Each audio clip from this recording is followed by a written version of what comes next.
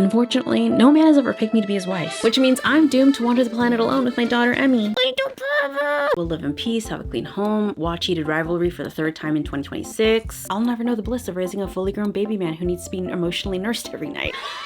I'm so sad. Meanwhile, TikTok is flooded with husbands that honestly feel like they have the motor and cognitive skills of a possessed toddler. It is crazy. And still, women marry them. Stop marrying them. Wives will post these husbands being like, oh my god, so relatable. The internet sees this and is like, girl, leave him. Blink twice if you need help. As a side note, looking back at the footage from the last video I posted, I don't know what the fuck was happening. On top of that, I wore an acid wash sweater, which really completed the found wandering in the forest look. So thank you for being here, despite the visual crimes. Anyway, starting off strong. Christmas just happened, right? So of course we're gonna take some family photos. And if you're taking a photo with a baby, then... Do you want to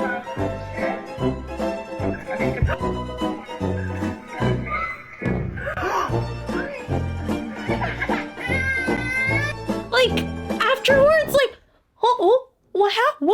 what happened? As if like he doesn't know exactly what happened. What is that confused face? You dropped your child. What do you forget you're holding a baby? Oh, you're holding him now? I would be like, don't touch me. Why are you holding the baby now? We needed it 5 seconds ago. Now it's not necessary. Now you breathing is bothering me. That fit. Bring back shame. To me, that's just like when a man's brain is so used to relying on their wife that they forget. Have you ever had a dream that you had Murder is what I would do. So staying on the topic of Christmas, I once had a guy gift me one of those like big tabletop books of his favorite band, a band that I had never shown any interest in. And I still think this woman actually had it worse.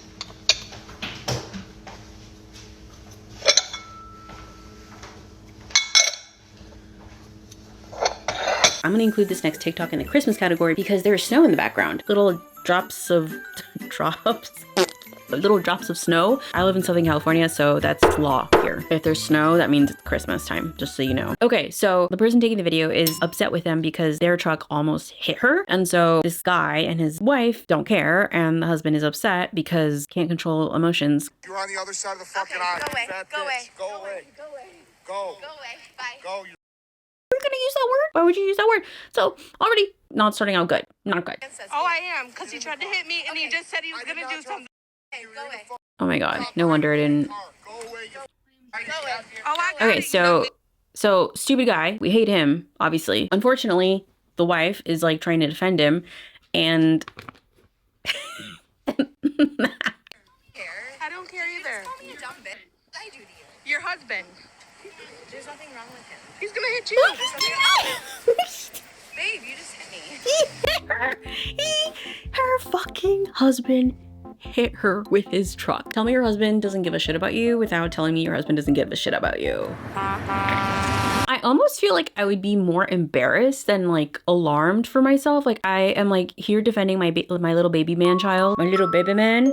My little baby. Girl, that's embarrassing. So that was the Christmas section. We're gonna move on to Weaponized Incompetence. These next ones are like Weaponized Incompetence Premium. And for those who aren't familiar, Weaponized Incompetence is like whatever the definition is that I put right here. I forget the word for word one, but essentially it's when someone intentionally or unintentionally does chores or things badly so that someone else does them instead. I'm sure the definition I'm putting on the screen is much more succinct than what I just said. So I have a question for you. Have you ever done anything with food? Like, have you like seen food exist in front of you? Okay, so apparently this husband never has. I had plans to make black beans.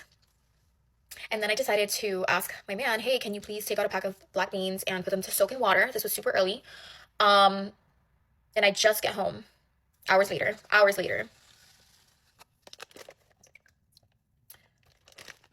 Has this happened to anybody else? There's very little food out there where you leave the thing in the package. I'm like picturing that cooking show where it's just, hey everyone, welcome to Delicious Cooking. We're gonna be making rice today, so just take that bag of rice and like soak it, and then you're gonna take this rice and then you're gonna put it into the rice cooker. Just put it into the rice cooker and put a top on it. And that's what we're gonna do when we cook rice. Some of these men should be on like those Netflix shows, worst roommates ever, because like, what do you mean this was like normal thinking in your head? How do you have a job, sir? Oh my God, it reminds me of those books like Amelia Bedelia, where like she takes everything literally.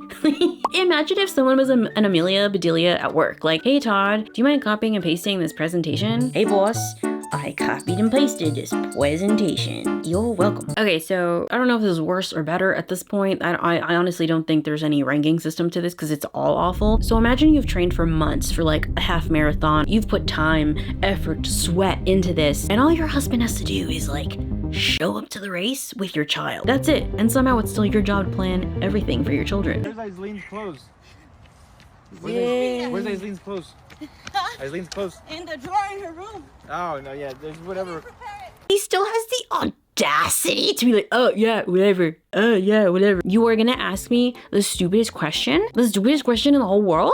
And you're gonna give me attitude? What do you mean you're asking me for your child's clothes? Hey, so that's your child too. You know where clothes are, right? Also, what was he expecting? She's running. Like, oh yeah, hold on. Well, let me just here. This next section will be called Husbands Whelping Horrible. I know, I'm kind of a poet. She's a poet. She's so deep. Wow. But this will be a couple examples where a wife is prepping for an event inside the house, and then the husband is just like, hey. Hey guys, don't worry. We're totally gonna be ready for the Christmas party. Because Danny has got it covered. It's New England, so clearly we're hosting indoors. But Danny's getting all ready for the party. Making sure there's no leaves on the pool deck in December.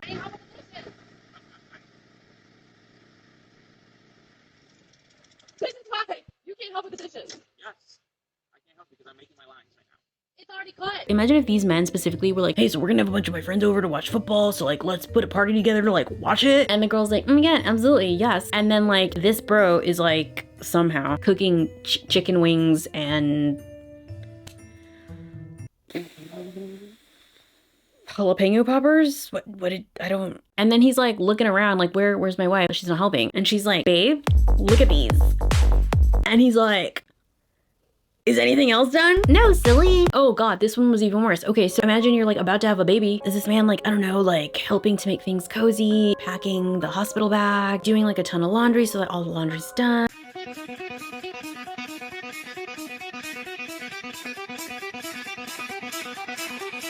Ladies don't want peace, quiet, and like stability when they're about to have a baby.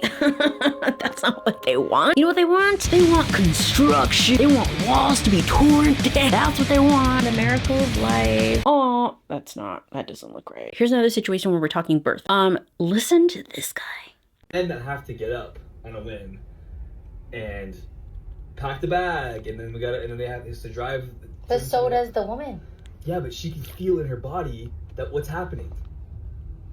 She can feel her water breaking. Yeah, and that's worse. No, but like she can mentally prepare at least. She knows that it's about to happen. Men can be in the middle of like playing a video game or something, and they have to all of a sudden drop everything they're doing and rush to the hospital and stay up for 24 hours helping their wife that's complaining the entire time. And that have to get up. I know. So like, again, the person who's giving birth doesn't know when their water is going to break. They too could be in the middle of a video game or doing whatever. I don't know if you know this, but pregnant people can play video games. I know, shocker. And then like his logic of, oh, but like you're feeling it. So they're both going through the same shock, except the person giving birth actually has like their body starting to like fall apart. This last section is called What the Fuck?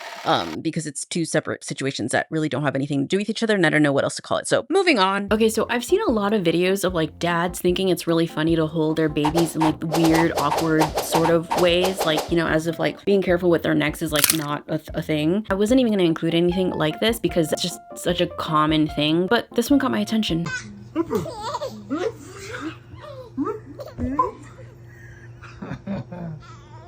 Just a dad being a dad. And also, can we stop to see, look at what is above the baby's bed? Like, who has that POV of baby? Like, hi little baby, who's the sweetest little baby in the world? Who's the sweetest little baby in the world? You are little baby. You are. And like, I love how they're like thoughtful enough to have the little baby cam there, but like parental thoughtfulness like stops at weaponry.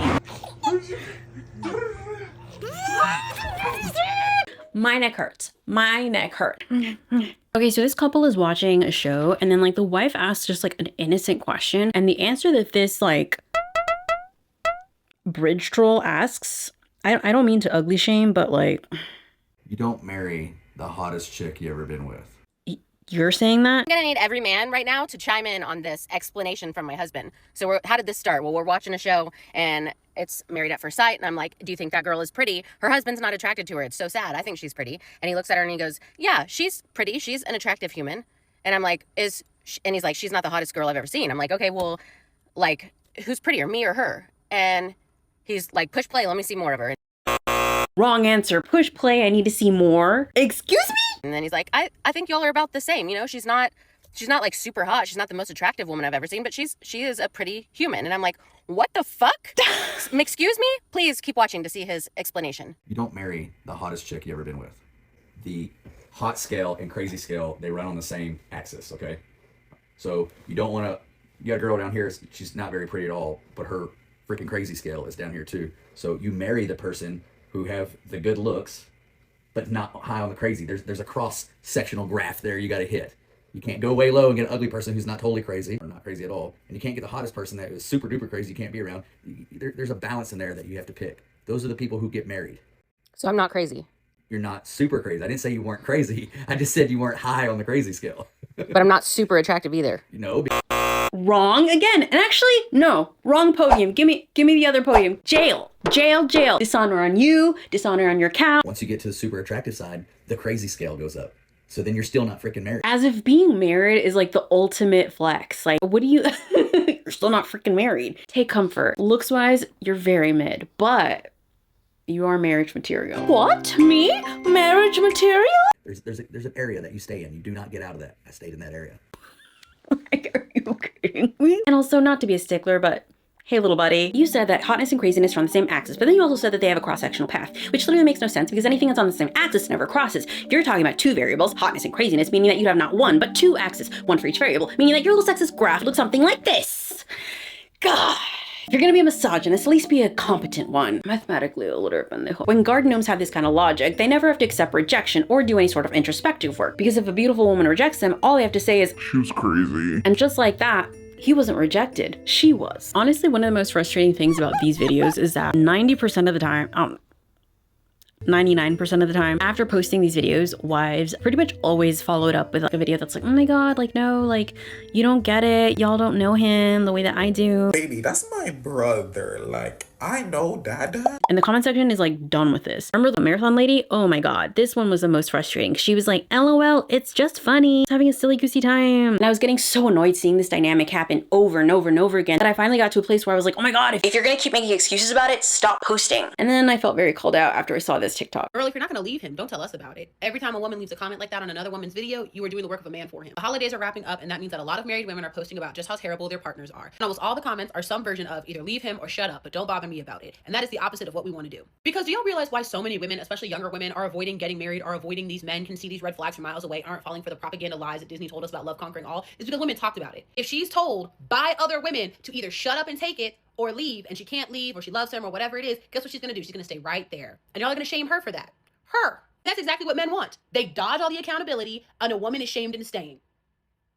You're in cahoots with men, babe. I was in cahoots with these dumbass, bitch-ass little men. Because she's right. For anyone that's stuck in a social bubble where that sort of cruelty or incompetence is seen as normal or funny, hearing other women talk about their experiences helps us see past our social circle. And as an example, that's exactly what happened to this woman. I did not immediately crash out after hearing what he said. And I think that's because I know the man, but I'm also not going to come on here and defend, because when you have almost 500,000 people watching it and going, oh, that is not kind to say to your spouse, it really opens your eyes, and you go, you're right. So am I going to divorce him over this? No, I'm not. But I am going to use it as a tool to improve our communication style, and for him as a lesson to speak more kindly to his wife. I do think a seed has been planted. It seems that at least now she is aware of it. And honestly, oftentimes that's kind of the most impossible part of all of this. Because that's the thing, when everyone around you has been conditioned to think that this level of incompetence or cruelty from a man is normal or funny, it's possible to not even realize the harm that this behavior is causing you. My posture in this video has been horrendous. That's it for me. I know this video was different. I really want to do weekly videos, and in order to do that, I might need to do like more reaction videos. Let me know what you think. Thank you so much for watching. I really appreciate you. We will see you next week. Bye-bye.